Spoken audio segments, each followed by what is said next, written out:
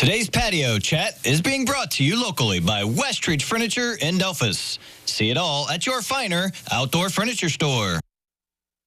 Welcome back, everyone. Erica Preston's with us today, Auglaize County's administrator. We're talking a little bit about grants that are available. I don't think a lot of people maybe even know about it. You guys do your best to try and get the word out, but they should get with you if they, small business needs, that kind of thing, to check out at least what's available, right? Absolutely, and that's why we love these opportunities to be on here with you to try to spread the word as well, because we are kind of repurposing or reusing some of our ARPA funds, which is our recovery plan funds. Because we're such a small county, we've received under $10 million, so we get to make the election to consider it revenue replacement, which allows us for some flexibility. So we're setting up some grant dollars for those kind of programs that will still meet the spirit of ARPA, but may not be directly county projects, that may be other municipalities, townships, small businesses, community partners. So we really want to encourage them, if they think they have a project that would kind of be within that realm, to apply.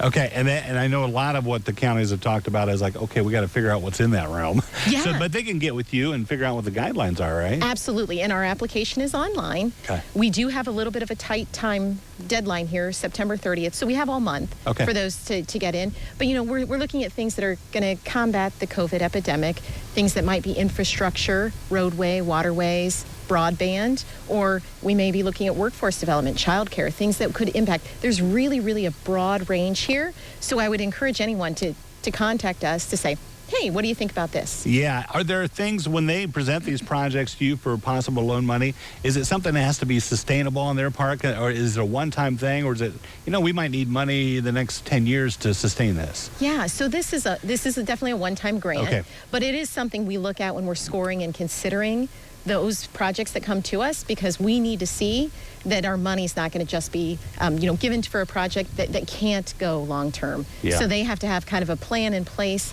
for this to happen. But it could be that they're requesting a piece of equipment, and then all they have to do is the maintenance, not any man hours or anything like that. Gotcha. And you said the deadline, end of the month, then, right? End of the month, September 30th. Okay. You know, the other thing we were talking about, a lot of people don't think about this. I know Allen County's been doing it. You guys are doing it. We think about the eclipse in 2024, and you think, oh, well, that's going to be cool. It's going to be dark for a few minutes.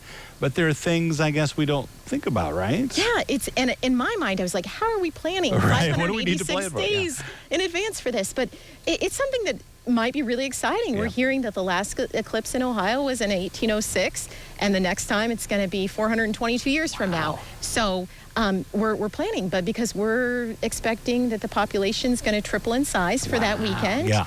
Or those 3 days, because it's a Monday. Sure. And, we have to plan for health, for safety, and for economic development, quite honestly. Yeah. Well, that's a very good point, because somebody said to me the thousands and thousands of people that will literally follow it across the country and come here and say, okay, this is the best spot to watch, or one of the best spots. Right. So as you were saying, you have to think about infrastructure, and you have to think about hotels and gas stations and restaurants, all that kind of stuff. I mean, there's a whole long list, right? Yeah, and that's crazy. And it's for a 4-minute event, right? Right. Yeah. But the hype of leading up to it, we want to capture it. We want to make a good event out of it. So I think it's something that people, we're trying to bring awareness for that, so people can start thinking about that for sure.